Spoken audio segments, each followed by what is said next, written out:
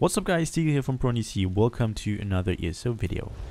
Today I want to start with a little video series for the Clockwork City DLC, which has been released on PC last week.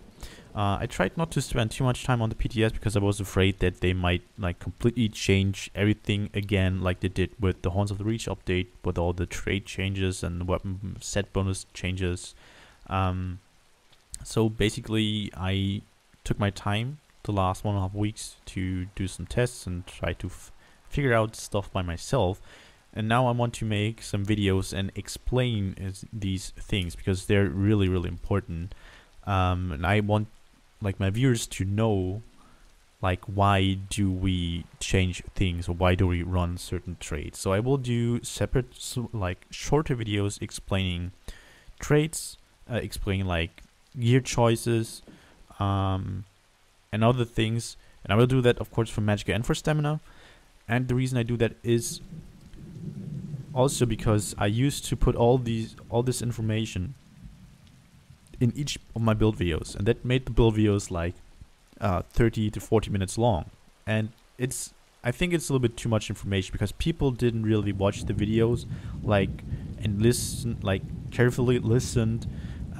Most of the questions, I think at least 2/3 of the questions asked in the comment section are answered in the video itself. If people just watched it, they would get the answer without having to ask me in the comment section.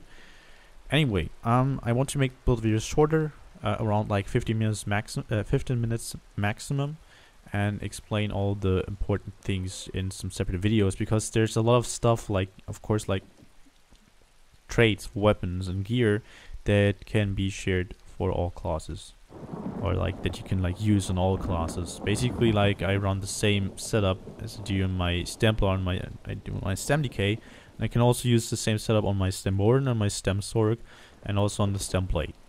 There is of course a few exceptions, but I will talk about that in the gear video. Today I want to focus on weapon trades and basically explain why we use different weapon trades and what changed. So why do we actually use different weapon trades? You see, there haven't been any changes to weapon trades in this DLC. However, they changed the stronger stamina weapon, which is the Maelstrom Bow. All Maelstrom and Dragonstar Arena weapons had an enchantment, a unique enchantment. As you can see now, it's a set bonus. See, Thunderous Volley set. This used to be this Thunderous Volley enchantment. And because it being an enchantment, infused used to buff it. As you can see, my infused Maelstrom Bow had different values, and it also had more weapon damage.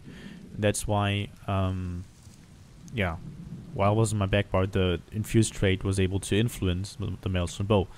Still, that wasn't the reason why we ran the Maelstrom Bow. We basically used infused on our dual wield main hand to increase the potency of the Maelstrom Bow's glyph, the enchantment. So infused on your dual wield main hand, only on the main hand, increased the damage, the extra damage done by the Maelstrom Bow's enchantment. Just to show it to you, I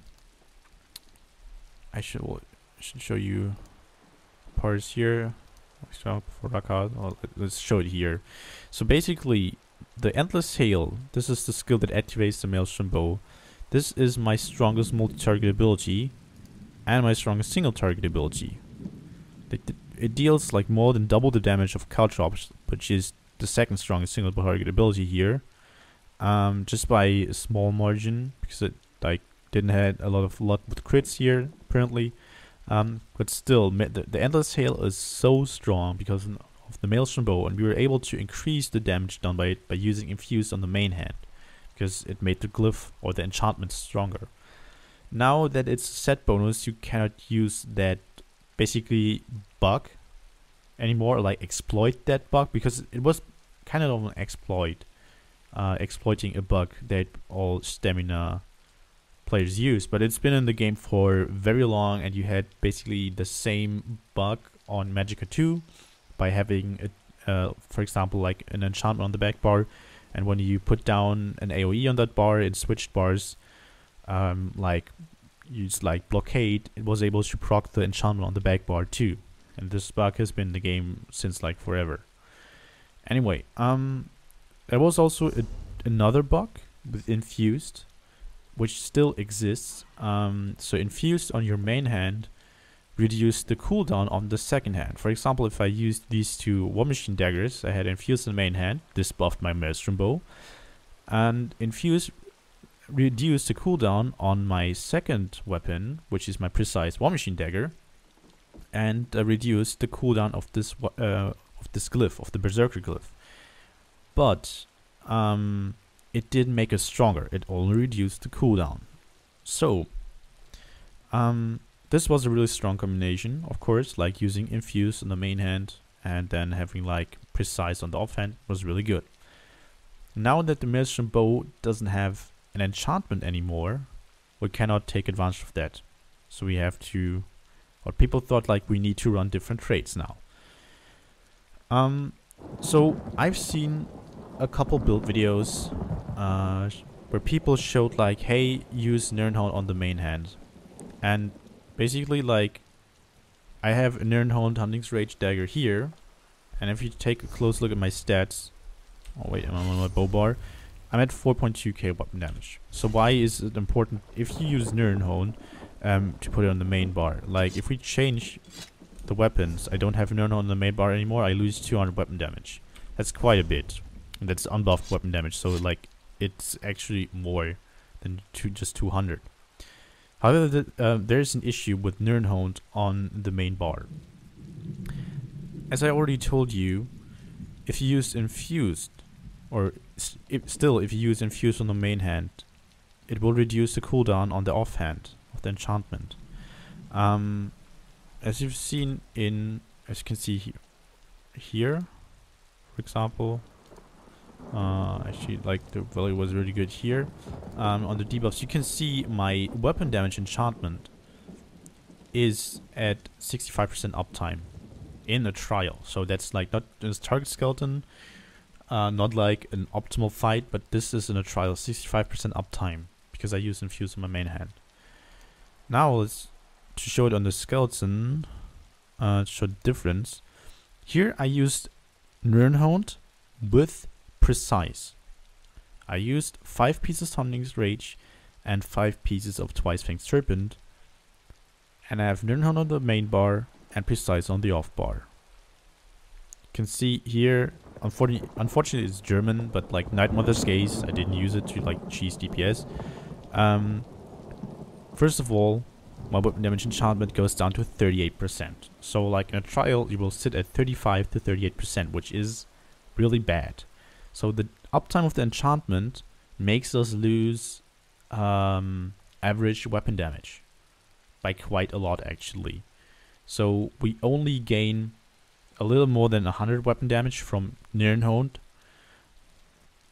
which is not much. Because like people keep saying like Nirnhound on the main bar will increase the damage of all your other abilities, but on top of that we lose from our poison weapon a lot of damage. Like my poison weapon, it procced 16 times, and it's still like I had more than average crits here, 69%, even though I'm sitting at an average of 61% crit, or it's like 65 maximum crit on the front bar, and I still had only 800 DPS from that glyph, which is low, really low. If you use Infuse on the main hand, wait, you can compare it here now. Like this is like 900 more DPS, almost the same amount of crits, 25 procs, and my weapon damage enchantment is at 64%. So that's like quite a bit of a difference. So basically, like, what does this mean? If you run Nirnhound on the main hand, do not combine it with Precise or Sharpened. You will ultimately lose some damage.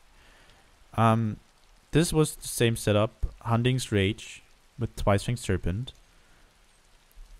and I had Infused on my main hand and Precise on the offhand. And to show it again here, I even had more crits. Like you can see 62% total crits compared to 59% crits. So I had less crits. Otherwise, the difference would have been a little bit bigger.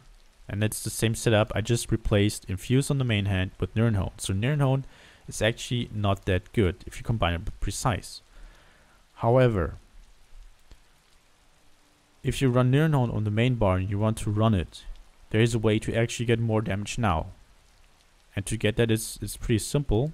This is also Hunting's. Yeah, this is with Hunting's Rage. So what did I do? In all my tests, I tried to figure out like what's the best combination of traits. And Nirnhone on the main bar is good if you use Infuse on your offhand, because the bug with Infuse reducing the cooldown, on the other hand, can also be used on the offhand. So like this is the setup that I run now. I have Infused on my offhand with the Berserker glyph, and I have a poison damage glyph here on my Nirnhone main hand dagger. Then I get this value. Like the other values that I showed, like this is with Night Mother's Gaze, and there's a lot of other things with Night Mother's Gaze, but basically like this is with Hunting's Rage, 39.8k. And my weapon damage enchantment is at 53%, so it's not as good as with Infused. In some cases you can still get to around like 60%, but then also, as you can see, I get 1.4k DPS on my poison glyph. Usually it's like 1.2 to 1.3k. I had a bit of luck with the crits here, but I get 24 to 25 hits on that glyph because I use Infuse on the main hand, on the offhand, I'm sorry. So offhand, Infused, gives me more procs on my main hand, even though it's Nirnhone, and a higher weapon damage uptime. And because I use a Berserker glyph on the Infused offhand, instead of just getting 348 weapon damage, I get 452 weapon damage. So it's a little bit more weapon damage here. Like you can see it here. Like this is my average weapon damage. This is my maximum weapon damage. 5.5k just by myself, 4.8k average weapon damage. And just like to compare it here, 4.6k and 4.5k. So I get around like 150 more weapon damage, or 130 more weapon damage in total on average and on maximum, just by using Infuse on the offhand. So in conclusion, the best results that I had was with Nirnhone on the main hand with Infused. Do not combine a Nirnhone with Precise, otherwise your Berserker enchantment cooldown will be low and your procs on your poison glyph will be low. Now for the back bar. Unfortunately, I wasn't able to do a lot of tests by myself because I don't have the transmute crystals to get a precise bow. Basically, what I've tested was sharpened, Nirnhone, and Infused. As you can see here on my Infused bow, I used the Disease enchantment, and the Disease enchantment deals the usual amount of damage, 4.1k. Because like it gets increased by Mighty. Your physical poison disease damage down by 13%, so that's quite a bit actually. However, I thought because like Infused will get the most out of the enchantment, I thought that Infused with the disease enchantment is the way to go, and I only got around like 800 damage out of this enchantment. 800 DPS, that's it. That's really low. It will be like 1k in the trial, and it just can't compare with the damage of the poison. I will just like show it to you right now. So this is one of the poisons, like 1k DPS, but with no crits, as you can see, like quite a bit lower. And then we have the other one here, a little bit higher. So this is like combined 1.6k DPS. So it's double the amount of DPS, and sometimes I even had like 1.7, 1.8k, and it's without major fracture. So the poison will do double the amount of damage, and this is the poison. deals 1.6k poison damage per second for 4.5 seconds and 1k poison damage per second for 6.4 seconds. And because of the 10-second cooldown and the stamina DPS rotation, you will always proc it on the back bar, because you can apply it by light attacks, heavy attacks, weapon abilities while it's slotted. So what trait do we want to run on the Maelstrom bow? I currently have Nirnhound here. I had enough crystals to just like transmute one of my bows. So you want Nirnhound or Precise. The difference is really small. You basically, like, you won't feel it in a trial. I think, however, the best trait for the Maelstrom bow, according to Senaxu, thanks for doing all the tests, is Precise. So why is that? Like, let me just like change the bow.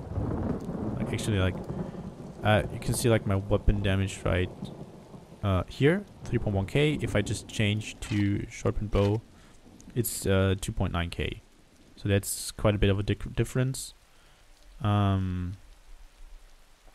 a bit of difference of weapon damage. However, like, if you look at my crit chance here, I'm at 57.4k%, and on my front bar I'm at 66.2k%. That's a little bit of a difference. And if you get this 7% extra crit chance, you will crit more consistently, and of course make more use of buffs like Minor Force, dealing 10% more crit damage, or Major Force, dealing 15% more crit damage. And on top of that, and on the Templar, we have Piercing Spear, increases your critical damage by 10% if you have an Adric Spear ability slotted, which we have on both bars. So we get more damage from that. On the Nightblade as well, we get 10% more crit damage.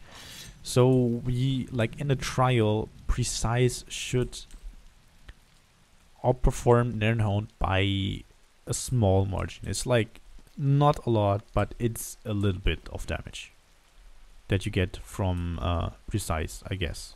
However, there's people who will probably do some higher parses, like if they're lucky with crits, they can do higher parses with Nirnhound, of course. So difference between Precise and Nirnhound is really small, and that's basically about it.